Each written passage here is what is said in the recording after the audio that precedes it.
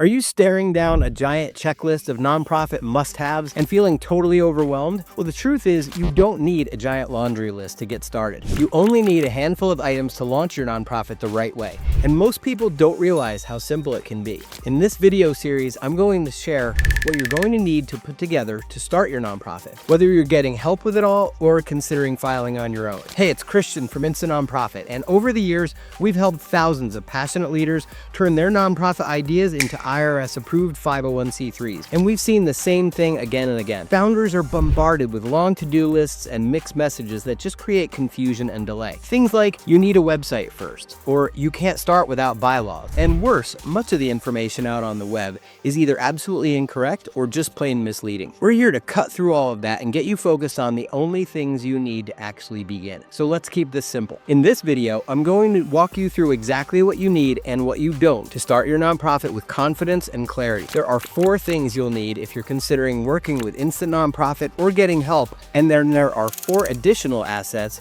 if you're thinking about embarking on this journey on your own. So let's dive in. Step 1, the name that launches your nonprofit. If you're starting a nonprofit, the very first thing you need is a name that inspires action, and most people get stuck right here. The name you choose is more than branding. It is your first impression with the world.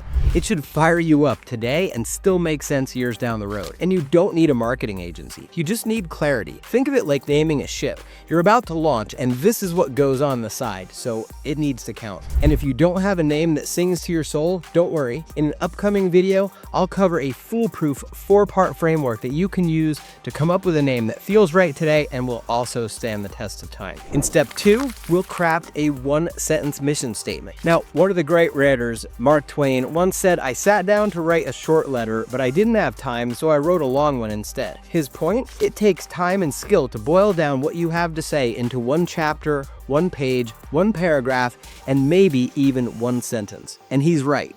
If you want people to support your nonprofit, you've got to tell them exactly what you do in 1 clear, powerful sentence. Every nonprofit needs a mission that's short, focused, and instantly understandable, even if you have a full-length treatise on everything you plan to do someday. And I've got an amazing hack to write a 1-sentence mission statement that guides your vision and helps rally other people around it. Think of your mission like a GPS. If it's vague, you'll get lost. If it's clear, people will follow. So upcoming, we'll deep dive into a process that you can use to create your nonprofit mission statement in 1 sentence, and we'll cover all of the other steps we're touching on in upcoming videos. In step 3, you want to build your nonprofit board the simple way.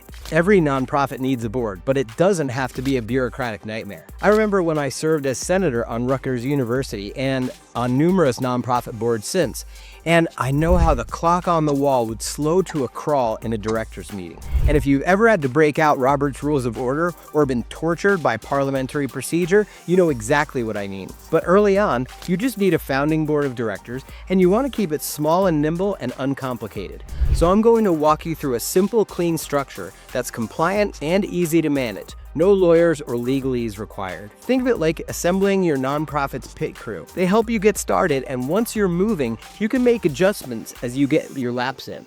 Up next, the 1 practical piece you need to actually file your paperwork and make it official. Step 4, your address. No office, no problem. Every legal entity, whether a nonprofit corporation or LLC, needs a physical address in the United States in order to file their establishing paperwork. But don't overthink it.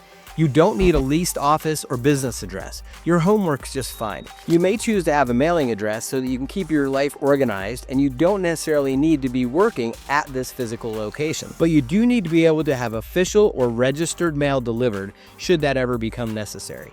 The fact is, nonprofit staff and leaders who work in the mission field, who travel often, or who operate overseas will often contract with shared workspaces and office storefronts designed to do that to comply with this requirement for a very reasonable cost. But in 95+% of cases, a home address is just fine. So you can always update that address in the future, and as I said, you can get a P.O. box so that you can keep that mail sacrosanct being delivered to that 1 address where you can collect it at a single point. So the 4 items I covered so far are all you need if you're starting with InstantNonprofit. And even if you're struggling with 1 or more of those, these are just a few of the many simple steps we guide founders through every day. So if you'd like expert help forming your nonprofit and getting your 501c3 status, check out our done-for-you packages at InstantNonprofit.com or use the link in the description. Now, if you're considering managing this process on your own, keep watching, and we will share those 4 additional assets you need to execute to create your own tax-exempt nonprofit. But either way, before you go, let's clear up a few common myths that confuse and discourage a lot of founders. Myth number 1, that you have to wait for IRS approval before fundraising. That's simply not true. You can, and generally, I believe you should raise money during the IRS application and approval process, and we give our customers a proprietary document that lays out exactly how and why you can get a tax deduction for donations today before you receive your IRS approval. Myth number 2, that you can't get paid or earn a living from the nonprofit that you create. That's also false. Not only can you earn a paycheck while serving as the founder or as a director or officer, but in most cases, you're the one that's most qualified and who should become the nonprofit's first paid staff. Myth number 3, that you need a business plan, bylaws, or a website before starting. Not at all. In fact, we recommend that you start with the steps we covered earlier first and work on these other pieces while your paperwork is being processed with the IRS. Now that you know what it really takes to get started, here's your next step. Watch the next video where we'll dive deeper on how to create an unforgettable nonprofit name using our foolproof 4-part framework. Because your name is your first impression to the world, and we'll show you how to get it right. And if you choose, we'll walk through the other steps I touched on above as well, followed by the additional items involved in creating a 501c3 tax-exempt nonprofit organization. Or, if you're ready to launch with confidence and skip the legal guesswork, check the link out in the description below to learn more about our done-for-you 501c3 launch packages. Let's get your mission off the ground without the chaos.